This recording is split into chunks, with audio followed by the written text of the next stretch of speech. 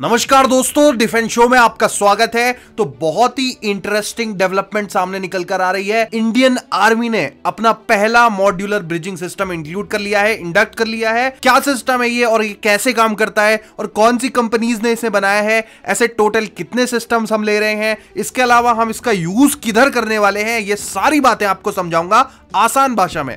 तो बने रहिए वीडियो में। नाउ शुरू करने से पहले सब्सक्राइब जरूर से कर लो और नोटिफिकेशन वाली जो बेल है उसको भी प्रेस कर लो ताकि आपको खबरें लेटेस्ट मिलती रहें जल्दी से। तो चलिए आगे बढ़ते हैं। देखो दोस्तों, ये जो सिस्टम्स है ना, ये बहुत ही काम के सिस्टम है। आप पूरी वीडियो देखोगे तो आपको वैसे भी समझ आ ही जाएगा, लेकिन इसकी वर्किंग मैं आपको आगे समझाऊंगा ही। उससे पहले आपको बता देता हूं, देखो इस तरह के जो सिस्टम्स है वो इंडियन आर्मी प्रोक्योर कर रही है। तो इसका जो पहला सिस्टम है वो भारतीय सेना ने इंडक्ट कर लिया है, जो पहली व्हीकल है। और इस मौके पर हमारे आर्मी चीफ भी मौजूद थे। रिसेंटली इसका इंडक्शन हुआ है आर्मी में और आगे आने वाले समय में आपको और भी इस तरह के जो व्हीकल्स हैं और सिस्टम्स है वो देखने को मिलेंगे। तो इसकी वर्किंग समझते हैं थोड़ी सी। तो दोस्तों क्या होता है, जब भी आप भारत में हमारे बॉर्डर्स को देखते हो ना, हमारे बॉर्डर्स काफी अनइवन सरफेस पर हैं। आई मीन कई देशों के इस तरह से बॉर्डर्स होते हैं कि प्लेन सरफेस होता है एकदम, उसमें बीच में आप वायरिंग कर देते हो, तार बाड़ कर देते हो, तो वही बॉर्डर बन जाता है। लेकिन इंडिया के साथ ऐसा हिसाब किताब नहीं है। हमारे ज्यादातर जिन देशों के साथ बॉर्डर्स हैं वहां पर पहाड़ी इलाका है, ऊबड़ खाबड़ इलाका है। चीन के साथ जो हमारा बॉर्डर लग रहा है वहां पर तो बहुत ही ज्यादा हाई एल्टीट्यूड वाले एरियाज में हमारा बॉर्डर है। तो वहां पर जब हमें डिप्लॉयमेंट करनी होती है ना, तो हमें अच्छा इंफ्रास्ट्रक्चर चाहिए उसके लिए। नाउ आप कहेंगे कि यार अरे हम एलएसी तक रोड क्यों नहीं बना देते, फिर वहां पर डिप्लॉयमेंट करनी है तो एंड तक रोड बना दो। देखो रोड तो है, लेकिन कई बार क्या होता है कि रोड टूट जाती है। कई बार ऐसे एरियाज में हमें जाना पड़ जाता है जहां पर रोड बनाना ही पॉसिबल नहीं होता। तो उस एरिया में अगर हमें अपनी कोई तोप लेकर जानी है, आर्टिलरी लेकर जानी है, पहुंचानी है वहां पर, या हमारा टैंक जाना है, तो कैसे पहुंचाया जाएगा? क्योंकि एक तो ये वैसे भी भारी होते हैं और इनको चलने के लिए सपोर्ट चाहिए। नीचे जमीन एकदम समतल होनी चाहिए, हार्ड होनी चाहिए, वरना ये वहीं धंस जाएंगे। मैं आर्टिलरी की बात कर रहा हूं। हाँ, हम चिनूक हेलीकॉप्टर से एयरलिफ्ट तो कर सकते हैं, लेकिन इसके अलावा भी हमें जमीन से जाने की जरूरत कभी कभार पड़ जाती है। और अगर सामने कोई नदी बह रही है, कोई छोटी मोटी, या फिर कोई दलदल है जिसमें धंसने की आशंका हो, इस तरह की कोई इलाका है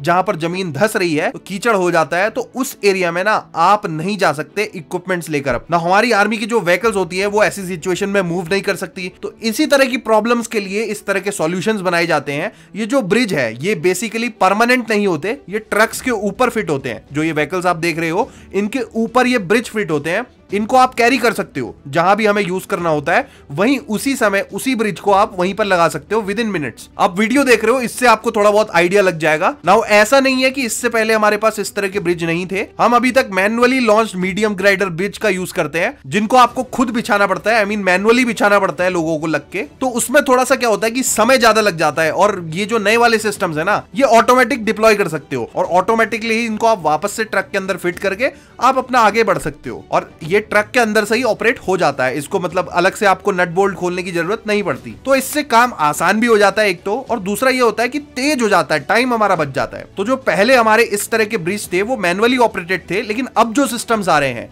ये एकदम ऑटोमेटिक है। जब भी हमें यूज करना होगा, जहां भी यूज करना होगा, वहां पर हम बस हमारी ये व्हीकल लेके जाएंगे, हमारा ट्रक लेके जाएंगे और ये ब्रिज ऑटोमेटिकली बिछ जाएगा विद इन सेकेंड्स। और उसके ऊपर से फिर आराम से हमारे टैंक्स जा सकते हैं, व्हीकल निकल सकते हैं। नाउ डीआरडीओ ने इसे बनाया है एल&टी, लार्सन एंड ट्यूब्रो के साथ मिलकर। और बेसिकली ये जो सिस्टम्स है ये सेट्स में आते हैं। एक सेट में करीब 9 इस तरह की व्हीकल्स होती हैं अलग अलग। और अभी प्लानिंग चल रही है कि अभी आने वाले 4 से 5 साल में ना करीब 40 से ज्यादा इस तरह के सेट्स जो हैं उनको हमारी आर्मी इंडक्ट करेगी। नाउ 40 से ज्यादा सेट्स की अगर बात करें तो इसका मतलब बनता है कि 350 से ज्यादा इस तरह की जो व्हीकल्स हैं वो इंडियन आर्मी में आएंगी। तो ये हमें बहुत ज्यादा फायदा देने वाली है एलएसी पर, क्योंकि एलएसी पर ही ज्यादातर इस तरह की सिचुएशन बनती है। जो अरुणाचल वाला बॉर्डर है, जो नॉर्थ ईस्ट बॉर्डर है हमारा चाइना के साथ, सिक्किम वगैरह में, हालांकि लद्दाख में भी हम इसे यूज करेंगे, लेकिन मेनली जो नॉर्थ ईस्ट का वाला बॉर्डर है ना, वहां पर इसका बहुत बढ़िया यूज है। तो काफी अच्छी खबर है ये। इसे इंडक्ट करने से हमारी सेना को बहुत ज्यादा हेल्प होने वाली है। जहां भी हमारी सेना की गाड़ी अटकती है